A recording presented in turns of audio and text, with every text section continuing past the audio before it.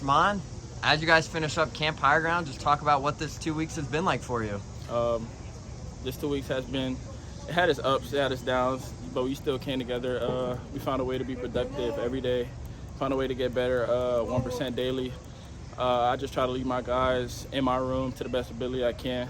You know, Josh and Lenny, they paved the way, but, you know, me and Payne, the new duo in the room, you know, it's going to be a lot of scoring going, a lot of running going. You know, it's a balance between both, and we just can't wait to see what the season brings us.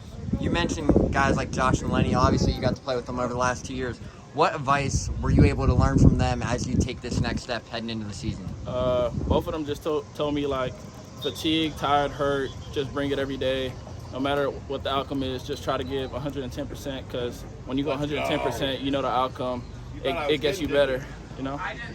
So you mentioned those two guys. Obviously, you mentioned Peyton as well. Just talk about what you two bring to the table. Obviously, both of you guys can do a lot of different things, a lot of versatility there within that tight end room. Just talk about your relationship with Peyton a little bit.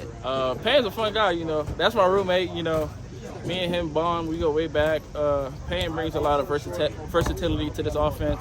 He can catch, he can block. You know, people think he's undersized, but I think he's a big dog in the room with me. So we don't let the outside noise concern us at all. We just gonna go on the field and let it speak for itself.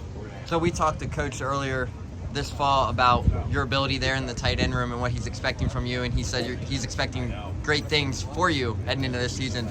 Talk about what those expectations have been like for you and how you've been able to really transition, and what were you able to work on this offseason to take that step?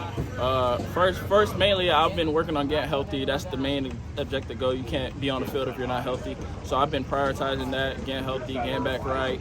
You know, in the spring, I was in a yellow jersey. I wasn't able to go live for most scenarios, but then I rehabbed, got back with my guys, and now I'm back. I'm leading them to success, and I'm leading them every day to be the best person they possibly can. And I'm getting coached by one of the greatest in Coach Steps. So, you know, it's just great guys I'm around, like Bill. The other guys in the room too, like Caleb, Barrick, Mike, Jesse, the people that you don't hear about, you know, they help us get better. Like, without them, I wouldn't be as good as I am, you know?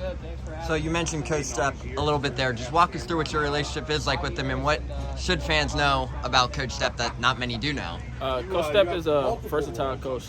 He understands the pass game, the run game.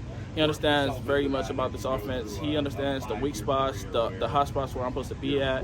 Like, he knows the timing down pat. So when I sit down with him, he just helps me understand the offense and see it in both perspectives worlds. As a defender, you know, as a defender, you gotta key out for the zones, the man, what leverage you want, and like, he helps me pick my spots and help me be the best person I can.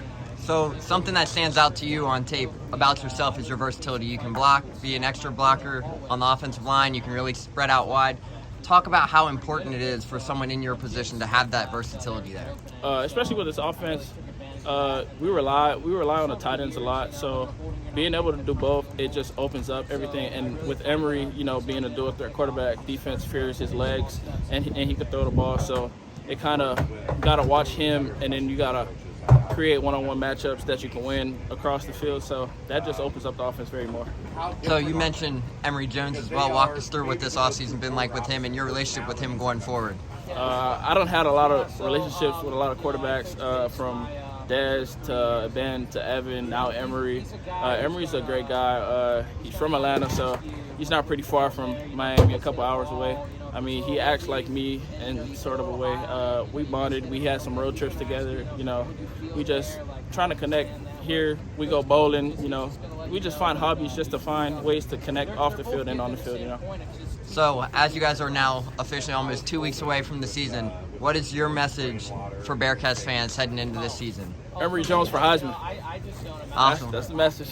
Emory Jones for Heisman. Awesome. Thanks, Chamon.